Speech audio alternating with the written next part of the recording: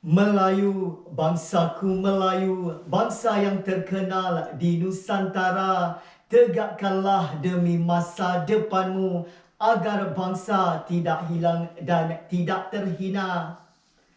Assalamualaikum dan salam sejahtera. Yang dihormati barisan juri-juri jemputan, warga bahagian Ekau dan semua warga Kementerian Pendidikan Malaysia.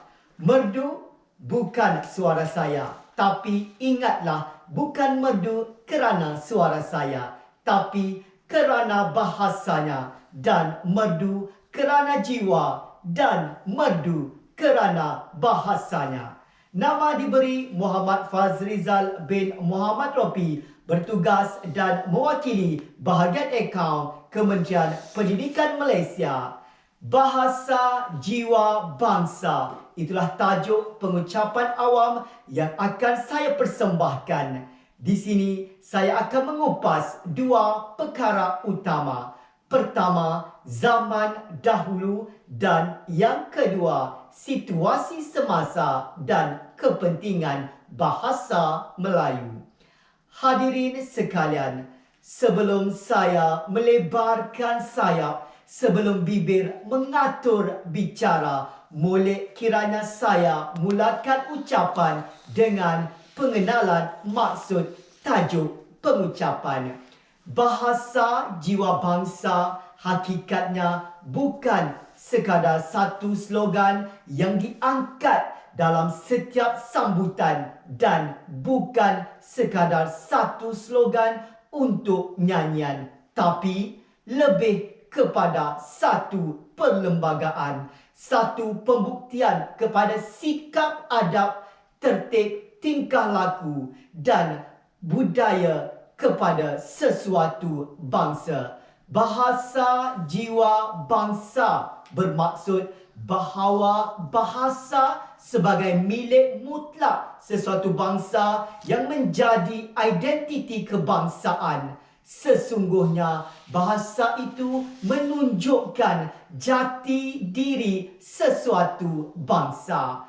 Bahasa melambangkan bagaimana sesuatu bangsa itu menggunakan bahasa sebagai alat komunikasi, perpaduan untuk saling memahami, dan bahasa itu digunakan sebagai bahasa ilmu sesuatu bangsa.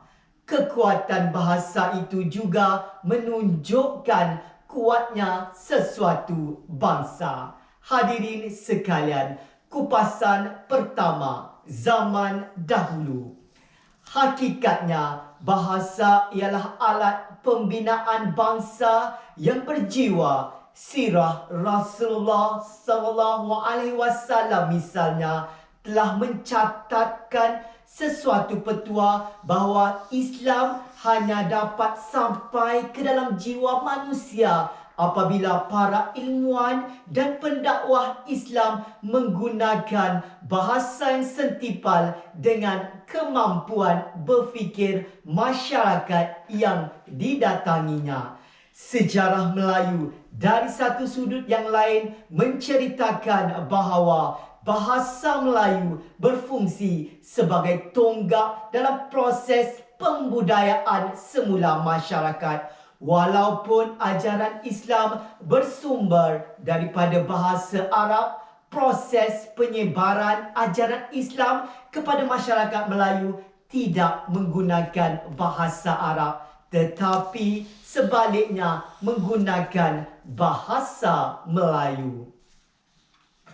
Bahasa Melayu telah digunakan dalam penentuan status lingua franca atau bahasa komunikasi utama Kesultanan Melayu Melaka pada abad yang ke-15. Ini menunjukkan bahawa betapa pentingnya penggunaan bahasa Melayu pada zaman dahulu.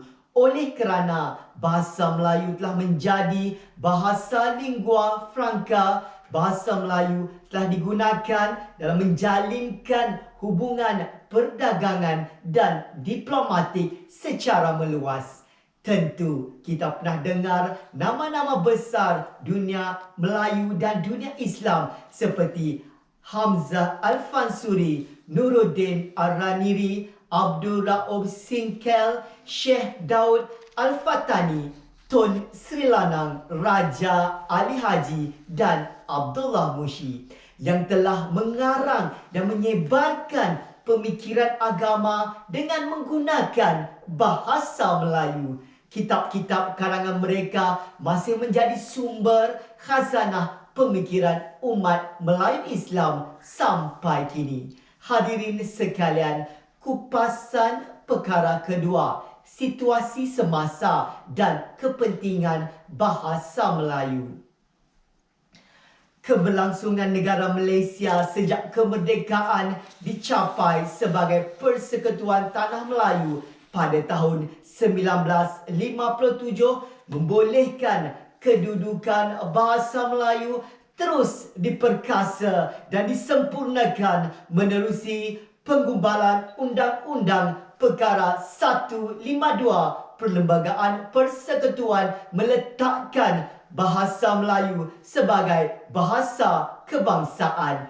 Tidak setakat itu, Seksyen 2 Akta Bahasa Kebangsaan 1963 Palang 67 mewajibkan penggunaan bahasa Melayu dalam semua urusan rasmi kerajaan. Begitulah juga dengan Seksyen 17 Akta Pendidikan 1996 yang meletakkan bahasa Melayu sebagai bahasa pengantar utama di semua institusi pendidikan dalam sistem pendidikan kebangsaan. Hakikatnya, yang bulat tidaklah datang bergolek dan yang pipih tidaklah datang melayang. Tidak akan berjaya permatabatan bahasa Melayu jika tidak ada organisasi yang melaksanakannya.